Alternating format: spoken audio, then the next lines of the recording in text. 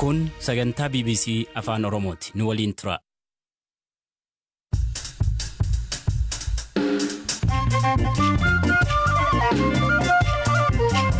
Akka mooltan dhaggeeffattoota keenya sagantaa keenya eegalleerraa dursa garuu matoota oduun isinitti hima. Magaalaa Walisootti dubartiin shamarree hiitee darraa turte poolisiin to'atamuu. guyyaadhaan gaafuma mana sana fuudhee nagartu ina joostaa mana kana keessaa fayyadee ala budinaan jettee galgalma sanarraa kaasee galgalma sanarraa banuutti ka'ee CPJ'n mootummaan Itoophiyaa gaazexeessitoota hidhee akka gadhiisu wayita gaafataa jirutti har'as gaazexeessitoonni lama hidhamaniiru. Tibbana meeshaa muuziqaa vaayoliin jedhamuun wallee viidiyoon deggirame kabaas ta'e Gildees Raaj waa'ee hojii aartii ishee irratti turtiin waliin gooteetti. Ijoollummaa kutaa Wusuu keessa hojjetan ture. Isa booda Jimmaa Yuunivarsiitii barnoota muuziqaa galee achitti jalqabeen akka carraa ta'e vaayoliin naqaqqabee vaayoliin waan ta'eef hin beeku ture. Odeessaalee gaggabaaboos qabna. Ana Hamzaa Hussein.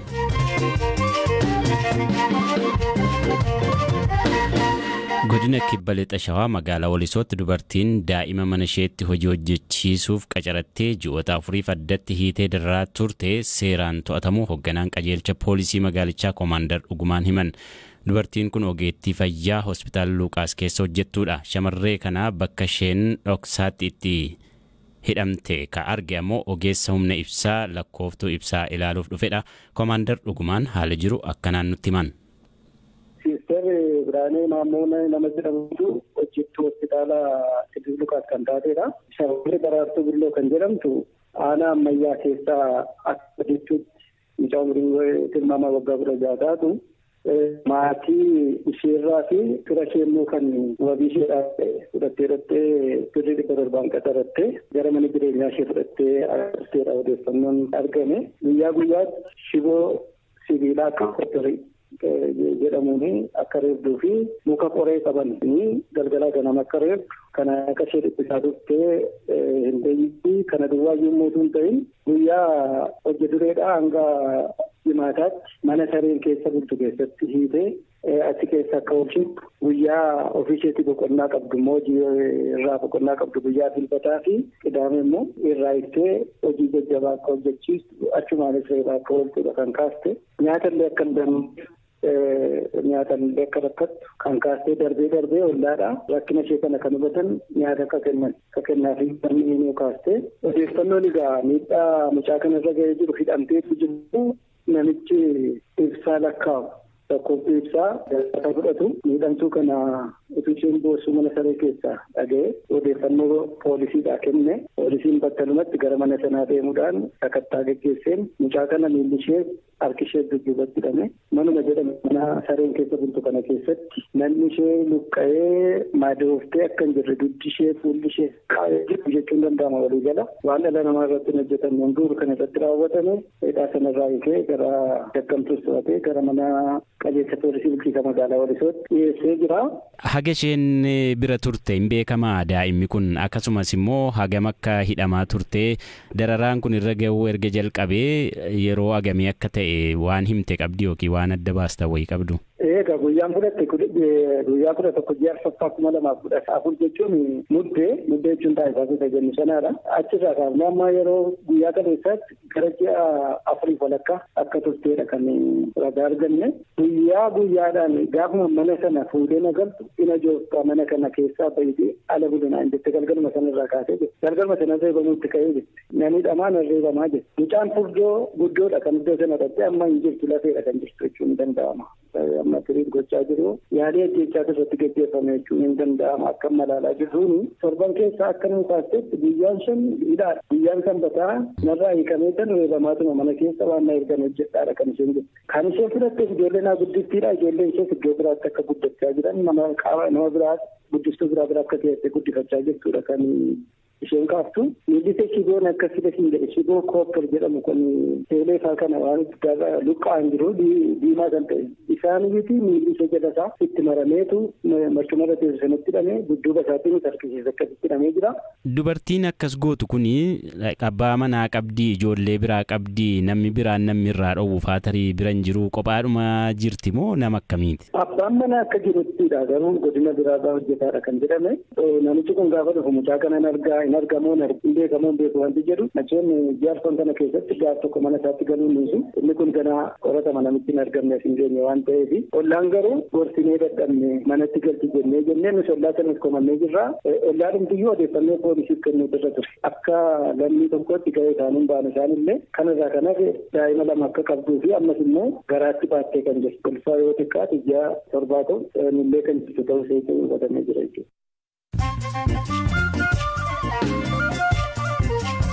Gidduutti immoo oduun gaggabaabsee isinitti himaa waraana Raashiyaa fi Yuukireen baatiiwwaniif gaggeeffamaa tureen daandii guddaa gara magaalaa Saafrodooniskii geessu to'achuuf waraanni cimaan gaggeeffamaa jira. Raashiyaan magaalaa kana to'achuudhaaf dhiyaadheera jettus warri Yuukireen garuu soba jedhan. Senegaal magaalaa Tavawaanaa hospitaala tajaajila deessisuu harmooliif kennu keessatti balaa abiddaan daa'imman reef dhalatan 11 dhuman gabaasii jalqaba ba'ee akka eerutti balaan kun rakkoo elektirikiin uumamee daa'imman reef dhalatan 3 ammoo baraaramaniiru.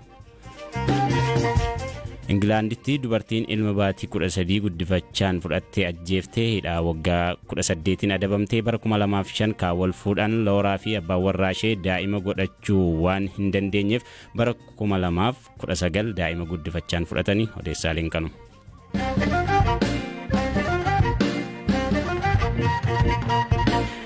Oduu taanutti darbaa Gulaalaa barruu fitii gaazexeessaa Tamasgeen Dassaaleny guyyaa har'aa to'atamuu waahiloonni isaa BBC'f mirkaneessan. Kana malees gaazexeessaa Yaayyesaw Shimallis mana jireenyaa isaa magaalaa Finfinnee jirurraa namoota poolisii magaalaa Finfinnee irraa dhufne jedhaniin to'annoo jala ooluu abukaatoon isaa BBC'tti himan.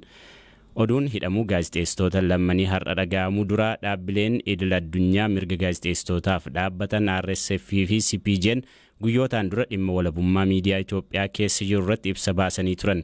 CPJ'n ibsa guyyaa kibxataa baaseen aangawoonni mootummaa gaazexeessitoota 11 guyyoota muraasa keessatti to'annoo jala oolchan akka gadhiisan ergaa dabarse. Dhaabbata mirga gaazexeessitootaaf falmu CPJ'tti bakka buutuu Saharaan gadii kataate Mutokiimuu waa'ee ibsa dhaabbanni isaanii baasee fi kaan irratti dubbisneerra waa'ee ibsa dhiyeenya kana baasanii himuun eegalti. Our latest alert or statement on Ethiopia is one that is raising concern and calling. Ibsa dhiyeenya kana waa'ee Itoophiyaa ilaalchisuun baasne yaaddoo qabnu kan himuu fi gaazexeessitoonni fi hojjettoonni miidiyaa 11 ta'an dhaabbilee miidiyaa walabaa 4 irraa hidhaman akka gadhiifaman waamicha kan dhiyeessudha.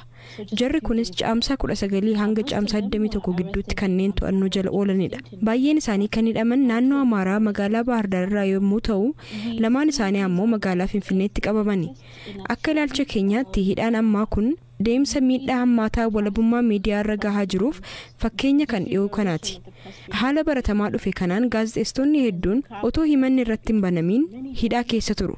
Kana malees yoo dhimmoota kanneen gadi fageenyaan qorattu waan gabaasa irratti adabbii yookaan haaloo ba'uuf jecha kan gaafatamanidha.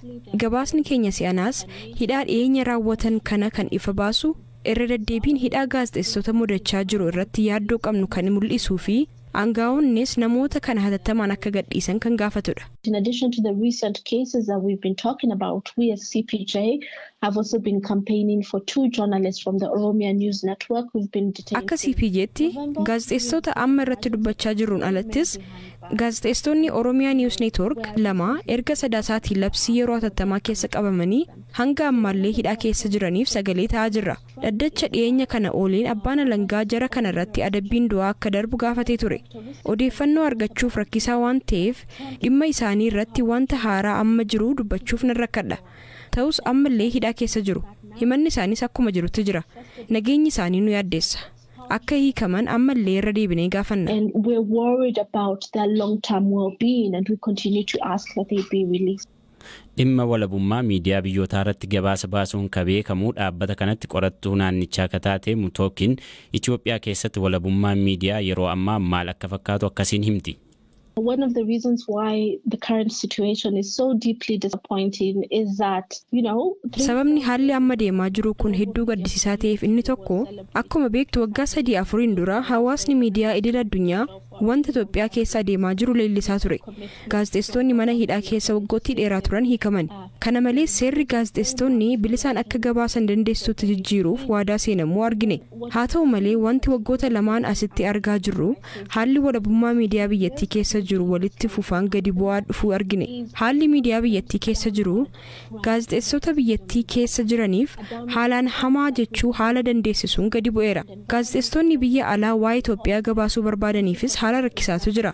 Amalli dhiibbaa miidiyaa baramaa dhufe kun inni tokko hidhaa gaazexeessitootaati. Amalli biraa kaasuu dandeenyu ammoo gabaasa gaazexeessitootaa to'achuuf yaaluudha. Keessattuu gabaasaalee waa'ee waraana kaaba Itoophiyaa to'achuuf yaalii taasifamudha. Seenessa kana to'achuuf yaaluun riippoortaroota biyya alaa waan mootummaan barbaadu qofa himuu didan biyya ari'uun mul'ateera. Kana malees gaazexeessitoota irratti qoccollaan gahaa tureera. Gaazexeessituu Luusii Kaasaa bara darbee manni ishee kan humnaan sakatta'ame dagachuu hin qabnu. Akka qabsooftuu miidiyaa walabaa fi qorattuu tokkotti wanti na yaaddeessu wantoonni kun wanta nuti arginee dhageenyedha. Yeroo hunda waan of gaafadhu dhoksaan maaltu adeemaa jira kan jedhudha.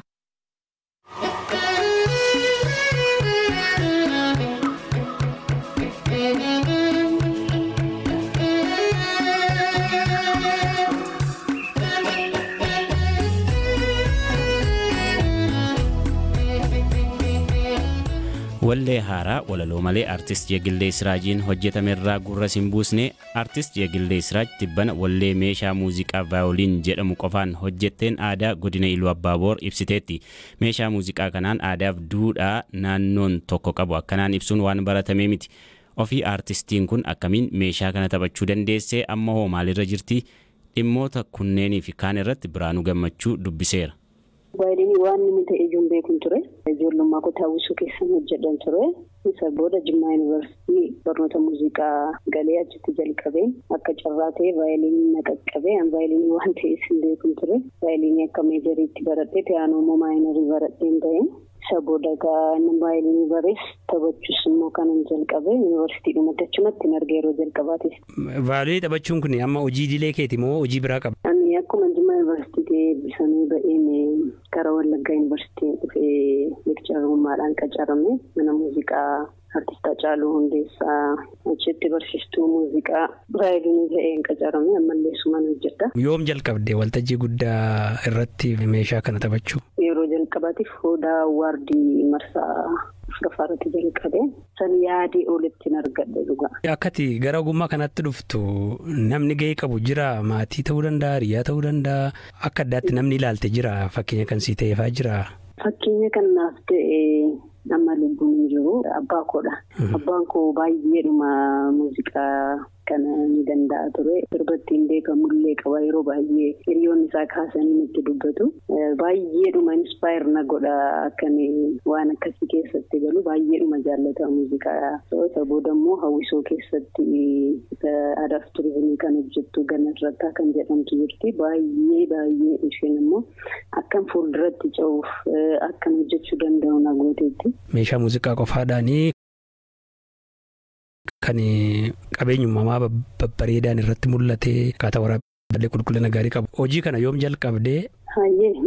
Akka yaadaatti hojiin kun waggoota baay'ee natti fudhateera. Akka yaadaatti akkuma eebbisamee ba'een uumama akkasii hojjechuu ture yaadni koo tokkoffaa akkuma argitanidha lookeeshinichi Iluu Abbaaboor Bunnoo Baddallee waanuma ittiin boonnedha waan ajaa'ibaati. Waggaa 3 waggaa 2 kana isaa ol natti fudhatee ture. Utuu yuunivarsiitii seentee muuziqaan baratteen haayiskuulii faatti muuziqaatti dhiyeenya qabda? Diraamaa fa'aa hojjenna turre waltajjii irratti illee meeshaa muuziqaas waan taphatu hin qabu. Iddoon itti argadhus hin qabu. Hawwiidhuma malee argadhees yaalee hin beeku. Narsiingiin na qaqqabee ture osoo dubbannu jijjiireen muuziqaatti galee fedhasaa baay'ee waan hin qabuuf. Garuu maatiin akkuma narsiingii baradhutti beeku turan dhumarranitti maaliif sammuu jaraa eeguun qaba. Aannatu itti amane malee jara amansiisuun immoo baay'ee cimaa ture.